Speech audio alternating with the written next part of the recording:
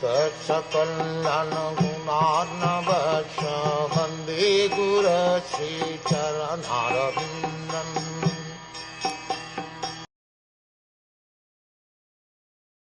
Self-controlled persons who are attached to the Supreme Lord Sri Krishna can all of a sudden give up the world of material attachment, including the gross body and subtle mind, and go away to attain the highest perfection of the renounced order of life, by which non-violence and renunciation are consequential.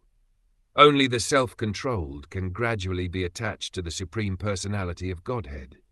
Self-controlled means not indulging in sense enjoyment more than is necessary, and those who are not self-controlled are given over to sense enjoyment. Dry philosophical speculation is a subtle sense enjoyment of the mind. Sense enjoyment leads one to the path of darkness. Those who are self-controlled can make progress on the path of liberation from the conditional life of material existence.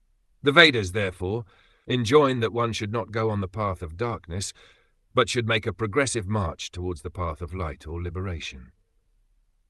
Self-control is actually achieved not by artificially stopping the senses from material enjoyment, but by becoming factually attached to the Supreme Lord, by engaging one's unalloyed senses in the transcendental service of the Lord. The senses cannot be forcibly curbed, but they can be given proper engagement. Purified senses, therefore, are always engaged in the transcendental service of the Lord. This perfectional stage of sense engagement is called Bhakti Yoga.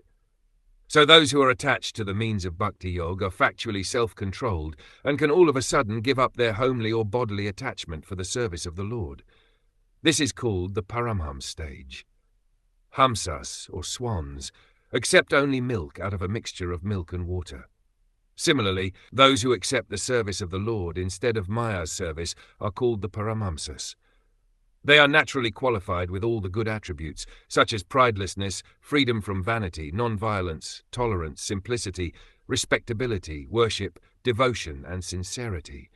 All these godly qualities exist in the devotee of the Lord spontaneously. Such Paramhamsas, who are completely given up to the service of the Lord, are very rare. They are very rare even amongst the liberated souls.